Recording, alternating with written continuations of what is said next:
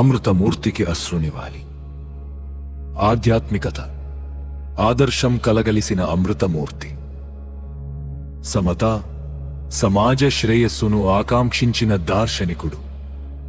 3 దశాబ్దాల పాటు విలక్షణ పాత్రలు పోషించి మెప్పించిన నట సార్వభౌముడు. శ్రీ చిలుకూరు అప్పారావు గారికి అశ్రునివాళులు అర్పిస్తూ